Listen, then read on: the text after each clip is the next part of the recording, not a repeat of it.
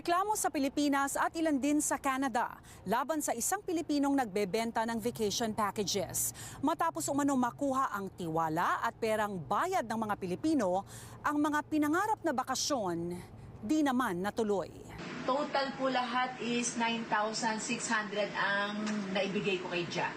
It's amounting 5,192 in total. Supposed to be 4 tickets from Montreal to Philippines. This is my e-transfer for Jamaica, which is 2,400. And ang pattern niya is to show people na legit siya, may paalisin siya, may paalisin. And then after that, yung mga next na magbubuk, wala na siyang planong paalisin ka eh.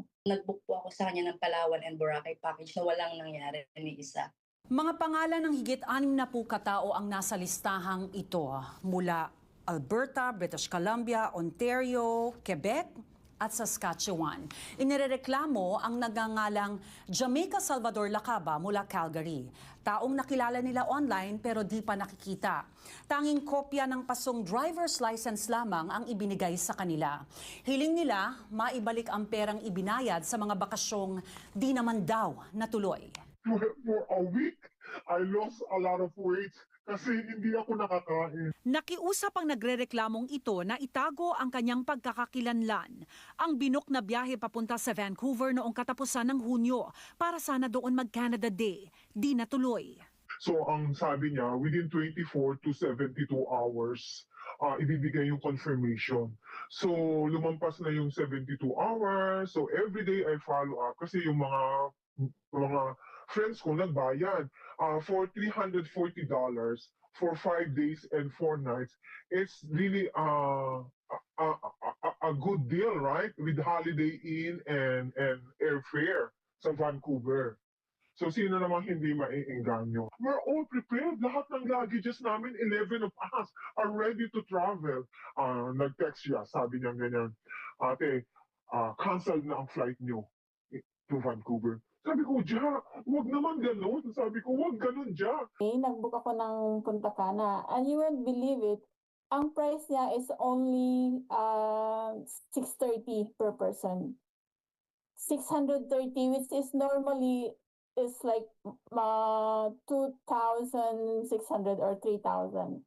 Anong kasama daw nung 630? Everything.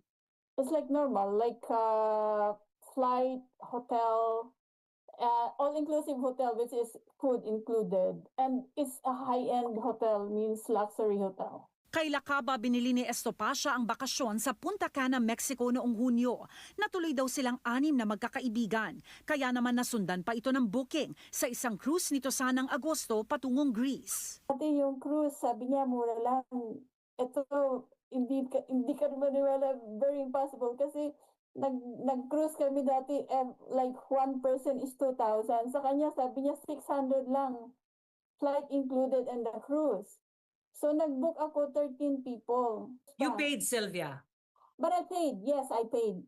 And then Okay. before that... Several before times, that, Sylvia, I heard from you, it's too good to be true. Yes. But Parang still, you I paid- gambled. Why? Yes. Because nakaalis nga ako. Natuloy din daw ang unang booking ni Riza Mercado kay Lacaba patungong Mexico. Kaya naman nagdesisyon na i-book muli ang susunod na biyahe ng pamilya sa kanya.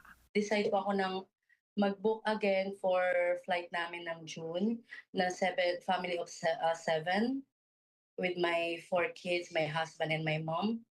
And then po, during the travel, it's only 695 back and forth. Alam niyo naman po, parang kapit patali na tinatawag.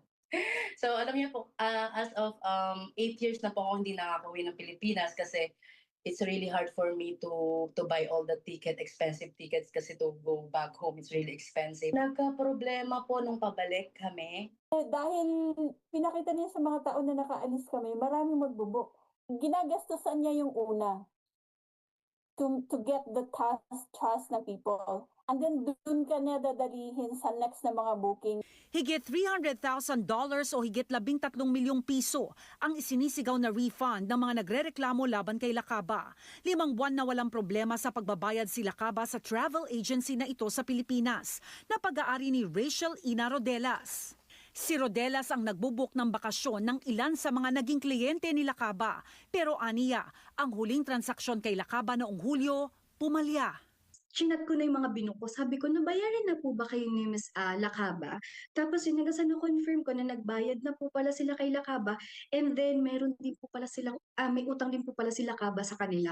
Bibigay lang siya sa akin ng mga false promises niya. And ako naman maniniwala hanggang sa umabot na nga sa pinarating ko na siya sa NBI. Isang sabina ang inihain ng National Bureau of Investigation o NBI sa address sa Pilipinas ni Lakaba, bunsod ng reklamo ng travel agency. Sa huling pakikipag-usap ng Omninews sa case officer na may hawak ng kaso, pinag-iisipan nila ang pagsasampa ng kasong estafa laban kay Lakaba. Ayon naman sa Calgary Police, natanggap na nila ang mga reklamo laban kay Lakaba. Nakarating na rin po sa Konsulado ng Pilipinas sa Calgary ang mga reklamo. We are not mandated to investigate it, but what we can do is to reach out to the police and inform them that, hey, someone here is complaining and we have received several complaints already. Perhaps that is enough for you to investigate the matter, which is what we have done. Nakipag-usap si Lakaba sa Omninews sa pamamagitan ng text message. Ilang beses naming sinubukan na kunin ang kanyang panig. Pumayag ito sa in-person interview sa Vancouver noong August 20. Pero isang araw bago ang panayam, nagpadala ng mensahe na di raw siya matutuloy dahil sa mga death threat na natatanggap. Nangako si Lakaba na haharap ang kanyang abogado via Zoom noong August 29, pero di ito natuloy.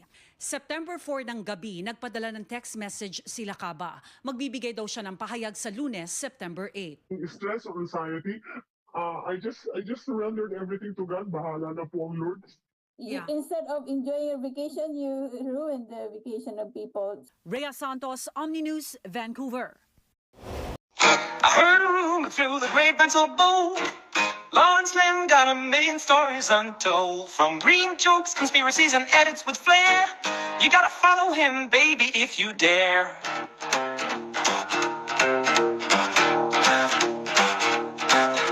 Your feet feels empty without his magic touch. He got the blues and the laughs that you crave so much. With a click and a follow, you'll find some relief. Lawrence Lim's social media, a digital belief. Click, subscribe, don't miss a trick. Now, hey, leave your worries and come on, click today. Lawrence Lim's got the content right in line. Follow him now.